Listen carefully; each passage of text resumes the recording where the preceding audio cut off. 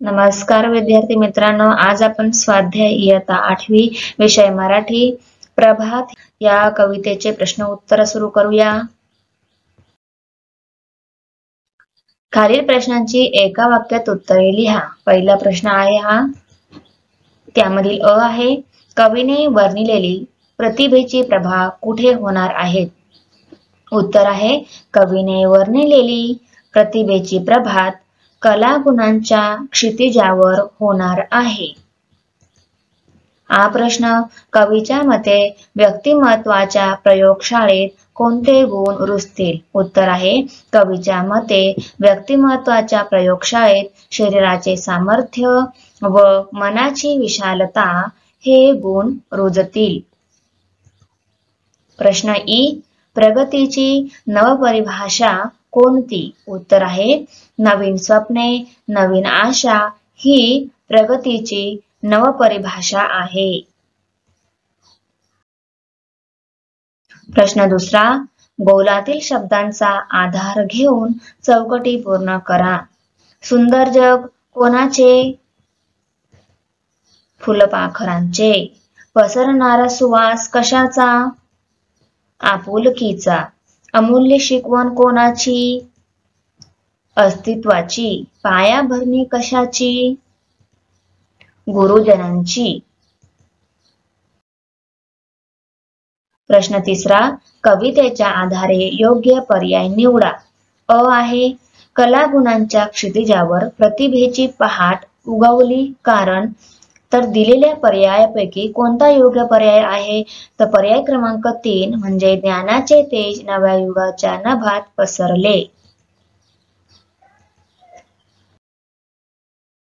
आहे, कवीच्या मते मानवतेचे युग म्हणजे, तर याचं उत्तर आहे भेदाभेद नसलेले युग।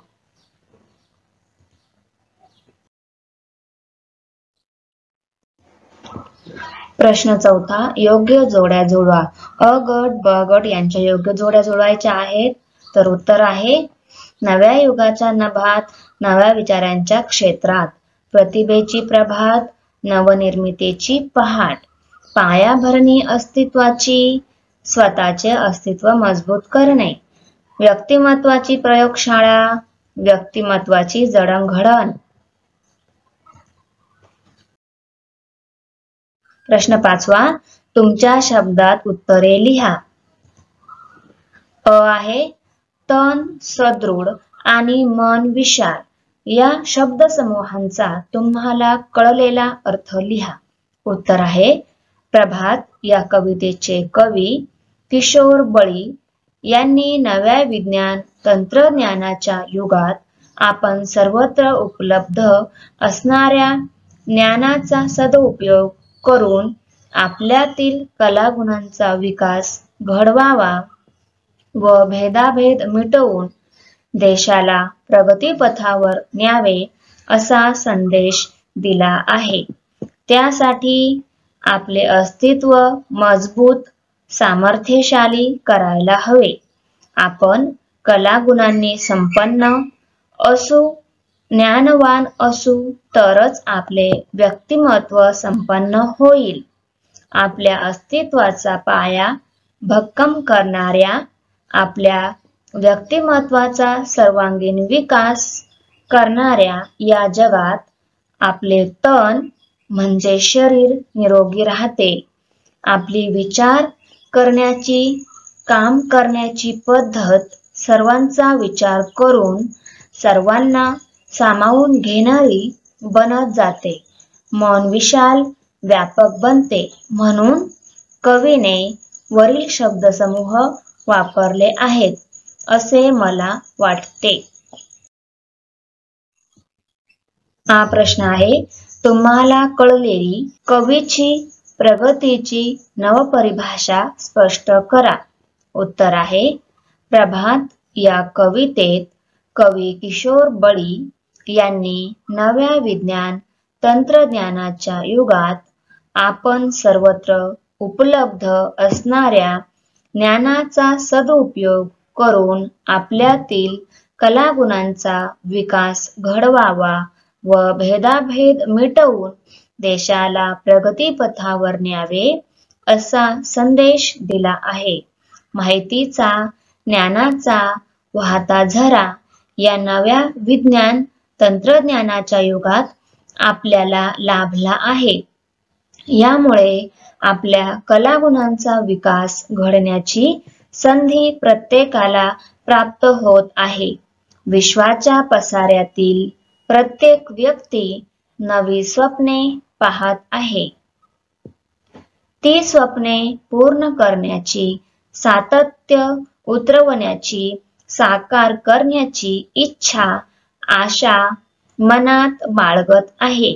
विज्ञान तंत्रज्ञानाची झालेली प्रगती व सर्वसामान्यांचे बदललेले जीवन पाहता नक्कीच झपाट्याने परिवर्तन घडत आहे असे वाटते. विज्ञान तंत्रज्ञानामुळे या नव्या युगात सर्वच क्षेत्रात झालेले लक्षणीय विकास जणू प्रगतीची नवीन परिभाषा साकार करत आहे असा अर्थ कवी व्यक्त करतो.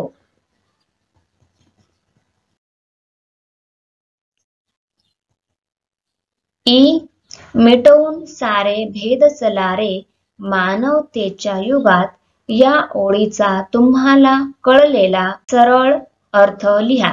उत्तर आहे माणसा माणसांतील श्रेष्ठ, कनिष्ठ, उच्च, नीच असे सर्व प्रकारचे भेद मिटवून आपण सर्व मानवतेचे युग साकार करूया असे आवाहन कवी प्रस्तुत ओळींतून करत आहे. प्रश्न 6. कवितेतील यमक जुळणाऱ्या शब्दांच्या जोड्या शोधून लिहा. नभात त्याची जोडी आहे प्रभात युगात. यमक जुळणाऱ्या शब्दांच्या जोड्या लिहायच्या आहेत. तर नभात या शब्दासोबत आणखी 2 शब्द आहे, त्यासोबत यमक जुळत आहे. तर पहिला आहे प्रभात आणि दुसरा आहे युगात. मनोहर, सुंदर, निरंतर, अस्तित्वाची, व्यक्तिमत्वाची, तत्वांची. युगात, प्रभात, रगारगांत. खेळूया शब्दांशी. अ आहे खालील शब्दांसाठी कवितेतील शब्द शोधा. आकाश, नभ, सुगंध, सुवास, सुंदर, मनोहर, शरीर, तन. विशेष्य व विशेषणांच्या योग्य जोड्या जुळवा. अ गट, ब गट. अ गटामध्ये विशेष्य दिलेले आहेत, ब गटामध्ये विशेषण दिलेले आहे. त्यांच्या जोड्या आपल्याला जुळवायच्या आहेत. भव्य या विशेष्याची योग्य जोडी आहे पटांगण. अमूल्य, शिकवण, नवे, युग, सुंदर, जग, विशाल, मन.